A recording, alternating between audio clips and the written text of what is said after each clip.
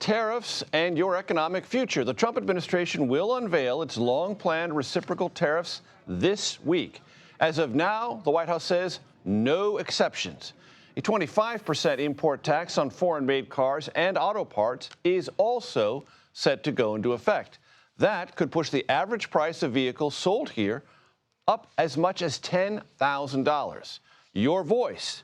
The president was voted back into power mainly on economic issues, but a new CBS News poll shows a majority of Americans are not yet sold on his economic policies, why they're more concerned about the price of a carton of eggs, as an example, than taxing our trading partners. What? A Trump third term? The president tells CBS News he is, quote, not joking, that's a quote, about a third presidential term. And even while the 22nd Amendment of the Constitution bars explicitly such a thing, Trump says, quote, there are methods, unquote, to do so.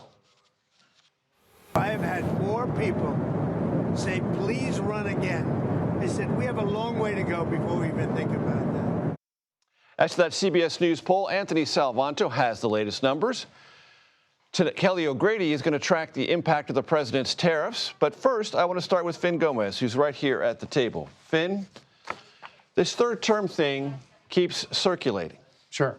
Reporters keep telling themselves it's a joke. The president keeps talking about it. I don't think it's a joke. He says it's not a joke, and he said it. And I believe we should take the president by his word. And look, I spoke to some Democrats and some Republicans today who say that they are taking this seriously. At the same time, I've spoken to many who say this could just be a political cherry bomb that he uses to distract and change the headlines. So there could be some of that. And like you said, yes, there are methods of changing this, but what are those methods? There are no methods. Well, there are some methods. Okay. I mean, but look, we're looking at the 22nd, but you know, what impedes those methods are the 22nd and the 12th the Constitution in the Constitution, right? But he would need 2/3 to change the Constitution, 2/3 of votes. Okay, through a constitutional amendment. Constitutional amendment, which is, that's as a you know, method. As a method. Look, up until FDR and post-FDR, this was about tradition. It was tradition and not indoctrinated into the Constitution. That happened in the 22nd Amendment. It took years to do that. Sure. So, I mean, yes, but no. I mean, there really isn't. And the Senate Majority Leader John Thune said today that's what's going to have to happen. You amend the Constitution, then we can talk about it. Sure, yes. And at the same time, there are those who have serious reservations that I spoke to about some of this language that we're hearing from the president.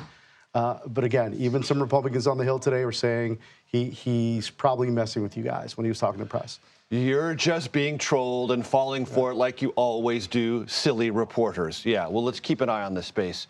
Finn, this is an enormously important week for the trajectory of the president's economic agenda, not in terms of tax cuts or regulatory overhauls or things that Congress is going to be working on, but about his desire, his clear desire to increase tariffs and use that as an economic tool globally.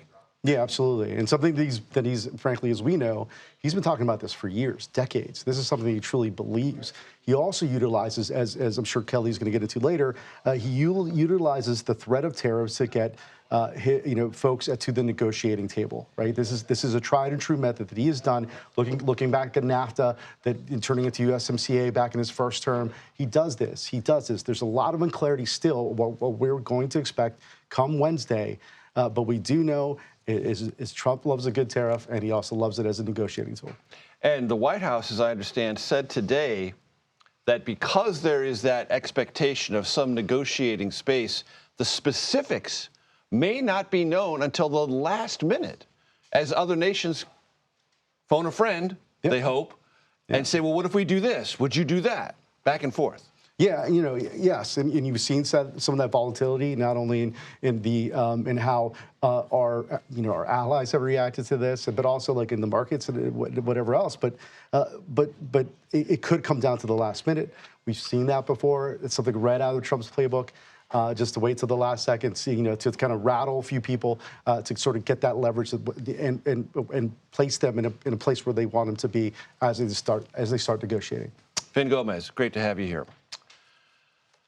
Kelly O'Grady joins me now to discuss all this. Kelly, I want to play some sound from the president last night on Air Force One, and I wonder if you have any opinion as to whether or not it, in a salutary way, affected the psychology of the markets today. Let's listen.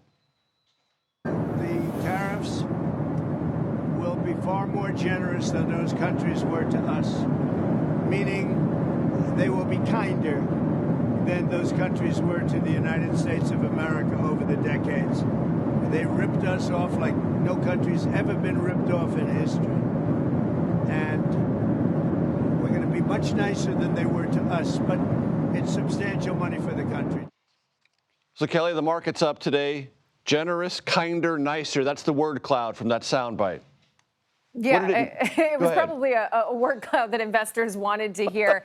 I mean, look, the president talks and the markets move. You saw how they opened today. They were actually significantly down. I was talking to a number of analysts. We were expecting another Friday. Remember that very big rout, that big sell-off. But particularly the Dow closed up. You're seeing it right now, 418 points. And it was driven by the Magnificent Seven, particularly Tesla, Meta, and NVIDIA. Those three still closed down, but they regained a lot of their losses to almost sort of finish even. And so I highlight those stocks because tech has really been a safe haven for investors. And I think a lot of folks, after that language from the president, saw this as a buying opportunity. You know, get NVIDIA when it's closer to 100 before it ultimately, even months down the road, you know, increases as we see the AI race develop.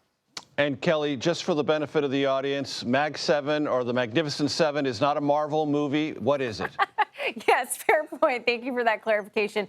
It is your major tech stocks. So Apple, NVIDIA, Tesla, Microsoft, Alphabet, which is Google, sort of the 7 big tech stocks. So as this week plays out, what do you think? And it's impossible to know, so I'm not trying to pin you down on that, but how do you think it would be worth watching the markets play out this week as the tariffs go into effect in specificity? So we saw that big sell-off on Friday. I think you saw a lot of what we like to call smart money. Those are the hedge funds get out in anticipation of what is going to happen on Wednesday. And in fact, Major, you know, we're at the end of Q1 here. I went back and I looked at how the markets performed as a whole. The biggest drops in the stock market never came on the days where we had those big announcements around aluminum tariffs or tariffs on China. They came on days where we got economic data we weren't expecting or soft data, when consumer sentiment dropped or inflation on Friday came in higher than expected. So really, with the markets, I'm looking towards Friday when we get our next picture of the jobs report and the unemployment picture. Versus Wednesday, where I think we're sort of all expecting uncertainty. So you might see less movement in the markets there. Always a pleasure. So much knowledge. Kelly O'Grady, thank you. CBS News Executive Director of Elections and Surveys, your friend and mine, Anthony Salvanto, joins me now. Anthony, more data has come in. You are analyzing it. What's the most important thing you see? How you doing, Major? Look, straight off the bat for the day's news, new tariffs on imported cars. You get majority opposition to that, right? So for context here, and it's not overwhelming, but it's about how people feel that tariffs might affect the price they pay going forward. And I want to show you this because we tested what people think will happen in the short term and the long term. Of course, the administration's argument, right, is that this will have beneficial effects going forward longer term. Well, look, you get big numbers who think the tariffs in general will raise prices in the short term, but you still get the bulk of people thinking that over the long term, that'll increase prices too. Why is that important? Because they've said prices are their top concern, said prices are the main reason that they don't feel good about the economy right now. So that puts a lot of what they think will be added pressure on something they already feel is a problem. Anthony, branding matters in politics. It certainly matters to President Trump. It always has, even before he was in the political sphere.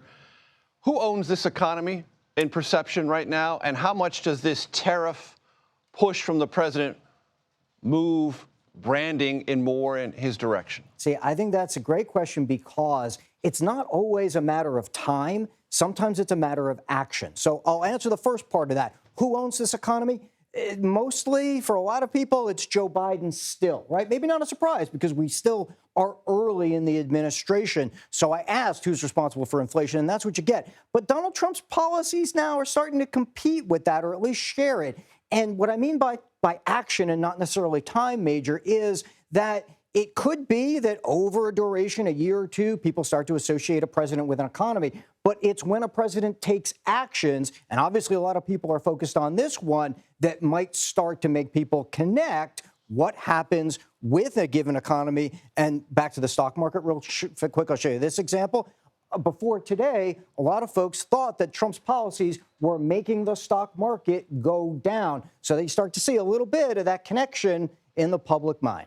Anthony, when the president muses out loud, as he frequently does, about what led him to be reelected, he often talks about immigration. What does our data tell us about that issue and voter evaluation of it? It's one of the areas in which he is doing well or better than he's doing on the economy. So while he's a little bit negative on handling economy and inflation, he's positive on immigration. That's something I should add, that for his voters in particular, they say right now they're evaluating him on delivering on immigration just as much as they are in the economy. And then this in particular, his program to deport immigrants they believe are illegally in the U.S., that gets majority approval too. And that, for some, is kind of outweighing, if they don't quite have the economy they wanted yet for his base, they're getting this.